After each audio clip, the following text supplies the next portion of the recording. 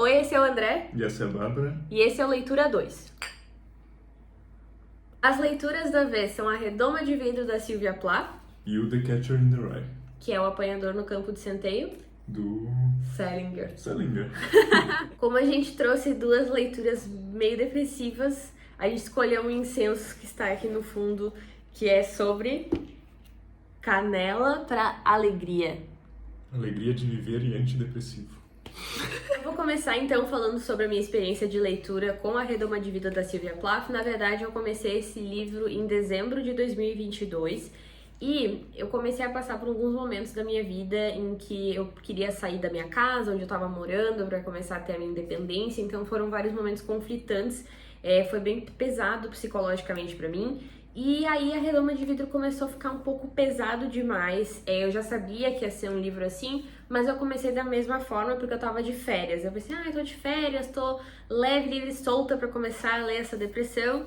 Mas aí depois também vieram as férias, e aí praia, calor, eu levei Duna pra ler, que eu já comentei aqui no canal, mas eu não quis levar pra praia A Redoma de Vidro porque eu achei que ia ser muito pesado pra ler na praia, e de fato foi.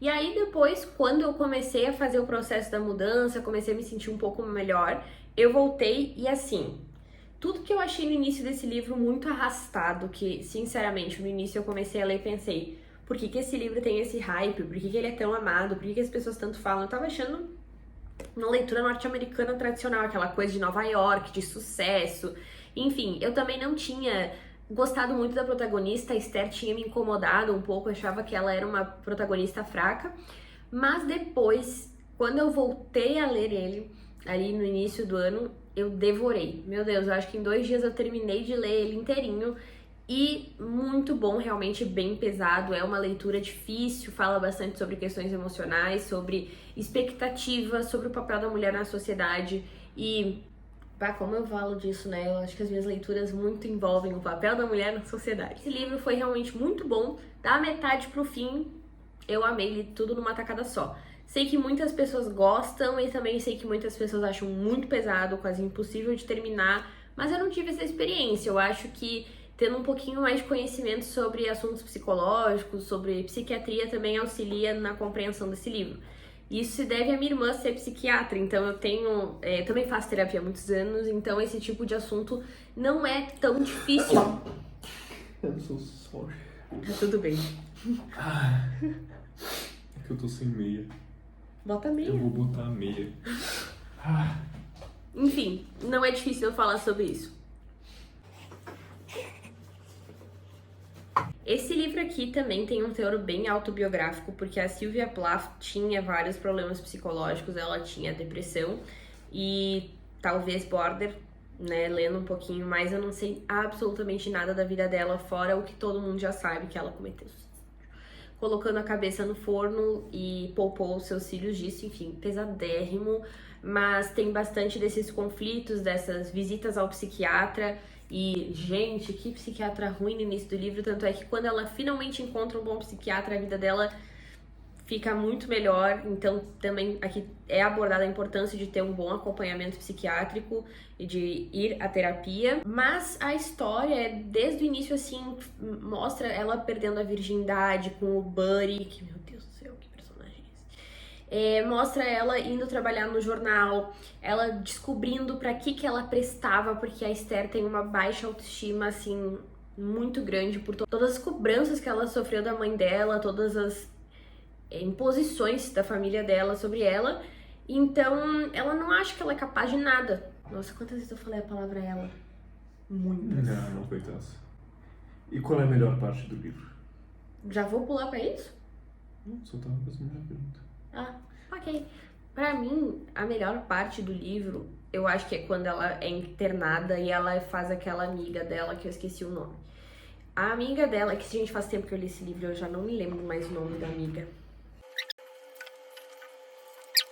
Jory, a amiga dela, que na verdade também tem aqui um romance. A Esther se apaixona pela Jory. Eu achei essa parte incrível, assim, dessa questão lésbica, por causa que a Esther claramente é bissexual e ela tenta gostar de homem, ela não consegue se dá bem com aquele buddy que não sei quem que enfiou na cabeça dela que ele era o homem certo pra ela, e ao mesmo tempo ela tem muita atração por mulheres e alguns homens apenas, outros ela acha completamente babacas, então tem essa exploração desse assunto acerca da sexualidade, do desabrochar feminino, mas basicamente é bastante sobre a Esther evoluindo e trabalhando no jornal, vendo sobre o que ela gosta, é extremamente uma rotina e é a própria Esther que narra a história dela, colocando tudo que ela passa como uma pessoa com depressão e que tá se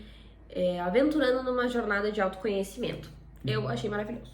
E qual é a pior parte do livro? Porque O início. Quando tu não liga pra Esther, no início ainda, tu não, sabe, Esther, e eu com a Esther, sabe? No início ela fica falando sobre aquelas amigas do jornal, que ela ia pra uns rolê, e aí tinha uns caras que não tinham interesse nela, e ela ficava se sentindo mal. O início eu achei bem ruinzinho. é lento nisso? É lento, tu não engaja na leitura, sabe? Essa é a minha opinião, né? Eu não fiquei engajada. Quando eu comecei a entender um pouquinho mais das paranoias da Esther é que me prendeu. E esse final é um final feliz, né? Pra mim, o final, ele é feliz por causa que ela, enfim, fica bem com aquela psiquiatra, ela fica bem da paranoia, né, gente? O título, A Redoma de Vidro, é sobre justamente como ela se sente. Ela, ó, tá aqui até na parte de trás do livro, ó. Não teria feito a menor diferença se ela tivesse me dado uma passagem para a Europa ou um cruzeiro ao redor do mundo. Porque onde quer que eu estivesse, fosse ao convés de um navio, um café parisiense ou um Bangkok, eu estaria sempre sobre a mesma redoma de vidro, sendo lentamente cozida em meu próprio ar viciado. Meu Deus, eu achei essa passagem incrível sobre essa sensação da depressão que tá constantemente com ela. Nota pro livro, Bárbara. 4,5, não dou 5 por causa do início arrastado. E o que esse livro aí tem em comum com o meu? Não sei, tu vai ter que falar sobre o teu. Eles são americanos. Só isso? Até onde eu sei, pelo menos, a gente vai pesquisar e se não for americano, a gente corta essa parte. É americano. Eles são... Nossa, o André não tem preparação nenhuma pro vídeo, gente. Quando eu falo aqui na descrição que é totalmente sem planejamento, é isso mesmo. Mas eu li com carinho o livro. Assim, o Catcher in the Rye, o apanhador no campo de centeio, em português, eu li ele em inglês aqui, obviamente. E ele acompanha o Holden, esse personagem jovial e revoltado. A Bárbara me disse que muita gente acha ele irritante por ser revoltado e não gostar das coisas em geral, mas eu não acho que esse é o espírito do livro. Eu acho que ou a pessoa que lê e pensa assim é muito diferente, não se conecta com o personagem, ou realmente tá sem paciência quando lê. Acontece. Esse livro, o Holden vai só viver alguns poucos dias do livro. A narrativa é bem curta. Ele não morre nem nada assim, mas poderia morrer, na verdade. Enfim, ele não morre. Morre. Mas o livro se passa em poucos dias. Se passa em 3, 4 dias, talvez 2 até. Parênteses, o André tem uma péssima noção temporal, gente. Então 2 pode ser 5, eu não sei, eu não li o livro. Pode ser 5. Não, mas eu acho que são 3 dias. Que ele é expulso do colégio, ele roda no ano. Então ele deveria ir para casa só numa quarta-feira para ver os pais e ele acaba indo mais cedo para Nova York. É em Nova York também? Em Nova York também.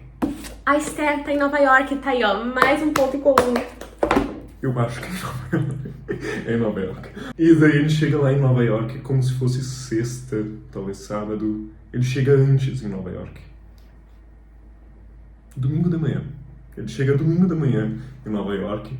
E lá ele vai basicamente viver tentando dialogar consigo mesmo sobre o que ele sente até a quarta-feira que ele encontraria os pais. O livro não chega até essa quarta-feira, ele acaba antes, porque nesse meio tempo ele chega ali e quer falar com a irmã dele, que ele é muito próximo da irmã. Tem toda uma questão familiar no livro, então o relacionamento dele com os pais, com um irmão mais velho que virou escritor, com um irmão mais novo que morreu, com a irmã mais nova também, que é basicamente a única coisa pela qual ele se importa. Esse é um ponto central do livro. Tudo incomoda esse Holden. Tudo deixa ele depressivo. Deprimido? Tá certo, depressivo. Tudo deixa ele depressivo. Ele vê Ele vê duas pessoas na rua, ai, isso me deixa depressivo. Ele vê a pasta de dente suja na pia que alguém deixou, ah, isso me deixa depressivo. Tudo deixa ele depressivo. E o livro é escrito em primeira pessoa, com muitas... Também em primeira pessoa? Também em primeira pessoa. Mais um ponto em comum com a Redoma de Vidro. Tem muitos trejeitos da fala dele aqui. Então ele fala, ah, sei lá o que, and all, sei lá o que, and everything. São basicamente pontuações da fala dele que não significam grande coisa.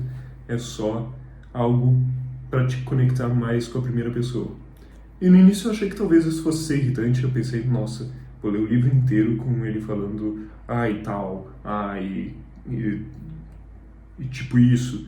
Mas não fica irritante, até porque varia os trejeitos ao longo do livro. Eu não sei se é proposital, se é uma questão do processo de escrita, mas não interfere em nada. Só te aproxima mais desse personagem. E tu começa a ver que justamente essas marcações de diálogo são o ritmo da mente dele. Aquilo de um cansaço com tudo que ele está vivendo, mesmo que não seja uma rotina nem perto disso. São situações novas, muitas vezes, são coisas que ele nunca fez antes, ou coisas que ele fez diferente, e ele tá sempre sem paciência com aquilo, sempre sem ver brilho naquilo. E falando com a irmã dele, tem um momento mais pro fim do livro, ele fala com a irmã dele e a irmã pergunta, tá, mas do que tu gosta? E a única coisa que ele consegue falar é, eu gosto desse momento contigo aqui. O livro se centra nesse guri que tá falhando na vida acadêmica dele e que não tem perspectiva. Ele tá falhando não por dificuldade, assim, não por nenhuma limitação que ele tenha de aprendizado, mas sim por falta de interesse só. Outro ponto em comum com a Redoma de Vidro. Né? Por causa que quando ela tá fazendo um curso, ela começa a pensar que ela não tem interesse naquilo que tá tendo na aula, ela tem interesse em outras coisas, e ela sabe que ela é muito inteligente, mas ela sabe também que ao mesmo tempo ela acaba sendo super medíocre, porque ela não consegue levar nada adiante e que ela tem medo de tudo, medo de falhar, e ao mesmo tempo ela acha que nada tem graça. Então, tem isso em comum também. No caso, o Holden, ele nem sequer tem esses outros interesses. Ele é basicamente apático a tudo. Um ponto central da crítica de mundo dele é que as coisas seriam falsas. Então ele olha pra alguém e diz, ai, que cara falso. Phony, em inglês. Que cara falso. Ai, porque em tal lugar são todos falsos. Porque aquele colégio é cheio de falsos. Isso é o que mais deixa ele chateado com o mundo e o que mais perturba qualquer possibilidade de pertencimento dele. Só que o detalhe é justamente isso, é falso porque ele interpreta o mundo do jeito dele e quando ele vê as pessoas lidando com situações, fazendo algo que elas não querem, por exemplo, para chegar a algum objetivo, ele não consegue entender isso, ele não consegue processar isso e faz com que ele se sinta a única pessoa verdadeira no mundo. É realmente um livro em que o personagem se acha o único do tipo no mundo e é bem relacionável, é bem construído esse personagem, deve ter algo levemente autobiográfico aqui, não sei. Daí teria outro ponto em comum com a Sylvia Plath, porque é bem autobiográfico. Deixa eu te perguntar, por que é apanhador no campo de centeio o nome? Tem uma passagem no livro em que ele pensa o que ele gostaria de fazer. Ele pensa que a única coisa que ele gostaria de fazer no mundo seria que nem aquela música, uma música que eu não conheço, uma música sobre um apanhador num campo de centeio. Mentira. A música é If a Body Catches a Body Through the Rye, alguma coisa assim. Inclusive ele erra e a irmã dele corrige qual é o nome da música, qual é a frase da música. E ele pensa que é a única coisa que ele queria ser na vida. Ele queria ser alguém que fica no campo cuidando para caso um grupo de crianças esteja brincando naquele campo de centeio, nenhuma delas sair desse campo, se perder e cair no precipício que tem na beirada. Então, é uma figura de linguagem, obviamente. Ele queria ser alguém que cuida dos outros para essas pessoas não se perderem na vida. E o detalhe é que justamente ele é uma pessoa perdida na vida. Então tu consegue sentir essa nota que o que ele queria é ser o que falta para ele. E é muito bonito isso. Nesse momento do livro tu entende que ao mesmo tempo essa vocação dele é uma reclamação sobre o mundo, é uma exclamação do que falta no mundo e é do que falta para ele, do que faltou para ele em algum momento. E todos os modelos que ele tem falham com ele de algum modo. Inclusive tem um momento muito bonito no livro, que é bem para a parte final. Ele encontra um professor E o professor fala coisas como, quando tu achar o que tu quer, tu tem que seguir adiante. Ele fala coisas profundas sobre ele. Fala, alguém como tu não pode perder tempo quando achar algo que tem interesse. Fala que ele vai achar o momento de voltar pro colégio, que ele queria não voltar mais pro colégio, porque ele vai achar algo que ele quer e para isso ele vai precisar da formação. Ele dá bons conselhos pro Holden e tu pensa nesse momento, nossa, que bonito, nossa, finalmente ele achou alguém para apoiar ele. E daí tem um momento extremamente desagradável logo em seguida e um corte abrupto. E daí tu pensa, às vezes. Como é que termina? Era exatamente o que eu queria que ela perguntasse, mas eu não pedi ela. O livro termina com ele dizendo que vai sim voltar para casa e que não vai fugir. Mas é só dizendo. E ele fala um monte de coisa ao longo do livro. Ele fala que vai fazer tal coisa, que a partir de amanhã vai ser diferente. É sempre aquilo, amanhã vai ser diferente. Hoje tá tudo errado, então já se perdeu hoje, amanhã vai dar certo. E no final fica com essa promessa que ele faz pra irmã, de que vai dar tudo certo e que ele não vai fugir, que não vai ser tudo estranho, que ele não vai se desencontrar da família, mas fica essa promessa no ar e o livro termina como começa, basicamente. Tanto é que a capa... Acho que por isso. Talvez. Eu acho que é uma edição muito barata pra ser por isso. Mas eles podem ter pensado, né? Porque é Podem. bonita a capa. Qual que é a nota que tu dá pro teu livro? Eu dou nota 5 pra esse. Eu dei de presente pra ele, tô muito feliz que ele gostou. Não é exatamente meu estilo de livro, mas foi muito agradável de ler. Eu acho ele perfeito no que ele se propõe a ser. Foi uma experiência curta, intensa. Eu cheguei a me emocionar com o livro. Então tu gosta do protagonista, né?